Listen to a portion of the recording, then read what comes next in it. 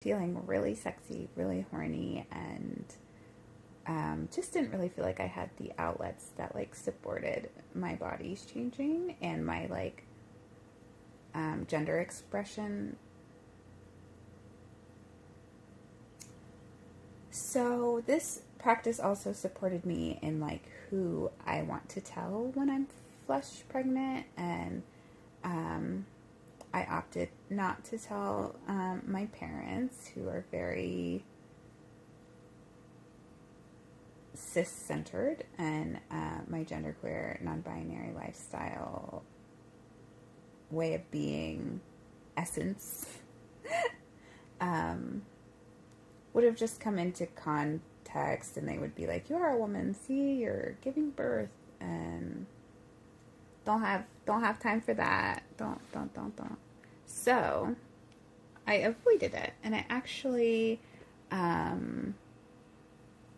got rid of some friends during that period. I realized like these aren't the role models, the people I want around my children, and realized if I don't want them around my children, I don't want them around me. So I think that was also really great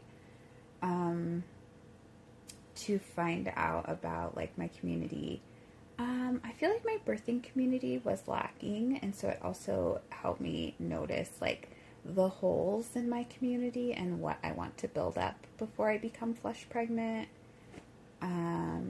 Queer community, spiritual community. I was working with a birth worker who lives in the spirit world, and if you know me, you know I pull from the spirit world. Therapists, anything I need that I can't find in the flesh world, I ask the spirit world, like, is there a spirit that can support me in this way? Get it. So our birth worker lives in the spirit world. I also had like a lot of excitement to tell my parents and had to move that around in my body. I like the terms guardian, parent, caregiver. I know a lot of other terms like are popping up, Perry and Rennies and whatever you can come up with. I also thought, you know, our kids can kind of name us, whatever's happening. I always think like they'll be like dragon. I'm like, sure, I'll be dragon. I'm in a multilingual household. We are planning on teaching our children sign language when they're young, and hopefully it sticks with their life.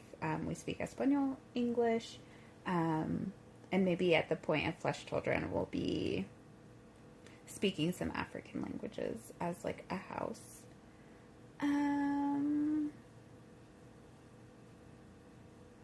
So we use the term birth worker because doula is synonymous with slave, midwife is synonymous with cis woman, and we just want to make space to be who we are. And I'm a birth worker, and the birth workers I want to find, you know, I just don't want a language or a perception of themselves to be in like opposition of what we're doing. So these are some things that we're finding. Oh, queer terms for like the position of aunt and uncle was like, I feel like it's auntie. I've heard that, like UNTIE. And then for like niece and nephew, I've heard nibbling. For siblings, well, sibling is gender neutral. So then I guess the other thing for aunt and uncle, piblings, I think I've heard with a P, piblings. These are things I've heard, which can be, and I'm so glad if you know any other terminology for genderqueer expressions of life, please comment. I did have some funny cravings, turkey and chocolate ice cream with peanut butter was amazing. There was like a few months that's all I wanted to eat. It was really fun naming the babies and getting in tune and connecting in with the spirit babies to find out what they wanted to be named, intermixed with like the world they're coming into, the family that they're coming into. Our twins we ended up birthing them, really pretty water ceremony. And so we birthed them into spirit babies, like out of me, still spirit babies. They stayed spirit babies through my body.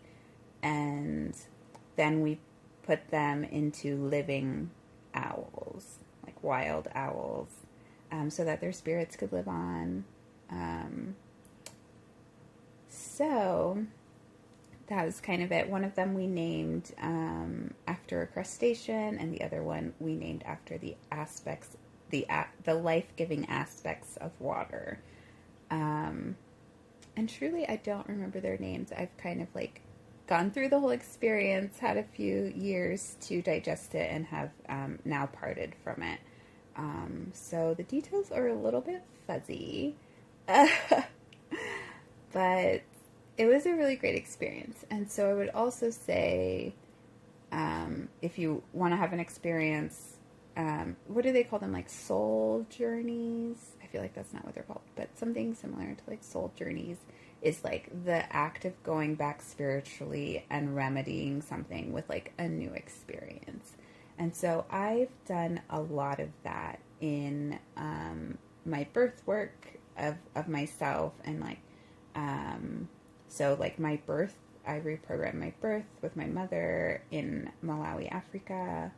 Had like a rebirth ceremony for both of us because we both had a lot of birthing trauma that we remedied. And then spiritually pregnant, I've had a lot of abortions but want to be a parent, so I did like a uterus altar, just like of pants on my abdomen for a few weeks, and then I like spiritually, ceremonially birthed my 6 abortions into the creek, and they became kind of like the owls. Their spirits went into creek fish so that they could live on.